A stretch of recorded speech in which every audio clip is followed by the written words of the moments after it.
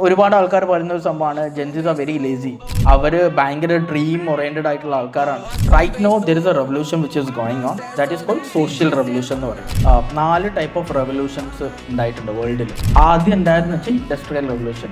അന്ന് നമ്മളെ അപ്പമാരും നമ്മളെ ഗ്രാൻഡ് ഫാദേഴ്സൊക്കെ ഇവരൊക്കെ വർക്ക് ചെയ്തത് വേജസിന് വേണ്ടിയിട്ടാണ്. പിന്നെ വന്നു ഇൻഫോർമേഷണൽ റെവല്യൂഷൻസ് വന്നു. ഇൻഫോർമേഷണൽ റെവല്യൂഷൻസ് നമ്മളെ ഫാദേഴ്സ് ബ്രദേഴ്സൊക്കെ they were all proud of saying I work in Infosys, I work Dubai, I work in Dubai, I work in US. അത് കഴിഞ്ഞിട്ട് right now there is a revolution which is going on, that is called social revolution എന്ന് പറയും. Social റെവല്യൂഷനിൽ വരുന്ന മാറ്റങ്ങൾ, അതായത് ജെൻസികൾ നമ്മളെ പോലത്തെ ആൾക്കാരുള്ള റെവല്യൂഷനാണ് social revolution. Social റെവല്യൂഷനിലെ മാറ്റങ്ങൾ വരുന്നത് എന്താ വെച്ച് കഴിഞ്ഞാൽ people quit corporates and started joining startups.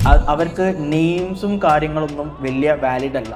Right, ഞാൻ ദുബായിൽ വർക്ക് ചെയ്യണം അല്ലെങ്കിൽ യു എസിൽ വർക്ക് ചെയ്യണം എന്നുള്ളതിലുപരി they want to work in something അവരെ ചാലഞ്ച് ചെയ്യുന്ന, അവരെ പൊട്ടൻഷ്യൽ സീക്ക് ചെയ്യുന്ന, അവർക്ക് ഗ്രോ ചെയ്യാൻ പറ്റുന്ന ഒരു ഓപ്പർച്യൂണിറ്റി ഉള്ള കൾച്ചറിൻ്റെ ഉള്ളിൽ, അവരെ വാല്യൂ ചെയ്യുന്ന കൾച്ചറിൻ്റെ ഉള്ളിൽ വർക്ക് ചെയ്യണം എന്നാണ് ഇവിടെ ഇരിക്കുന്ന പല ആൾക്കാർക്കുള്ള ആഗ്രഹമായിരിക്കും.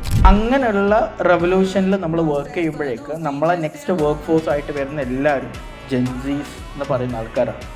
അപ്പം ഇവരെ ഒരിക്കലും ഒരു കേജിൻ്റെ ഉള്ളിലിട്ടിട്ട് you do whatever you want within this time frame, you do whatever you want within this is how you should do എന്ന് പറഞ്ഞിട്ട് ഒരിക്കലും ചെയ്യാൻ പാടില്ല.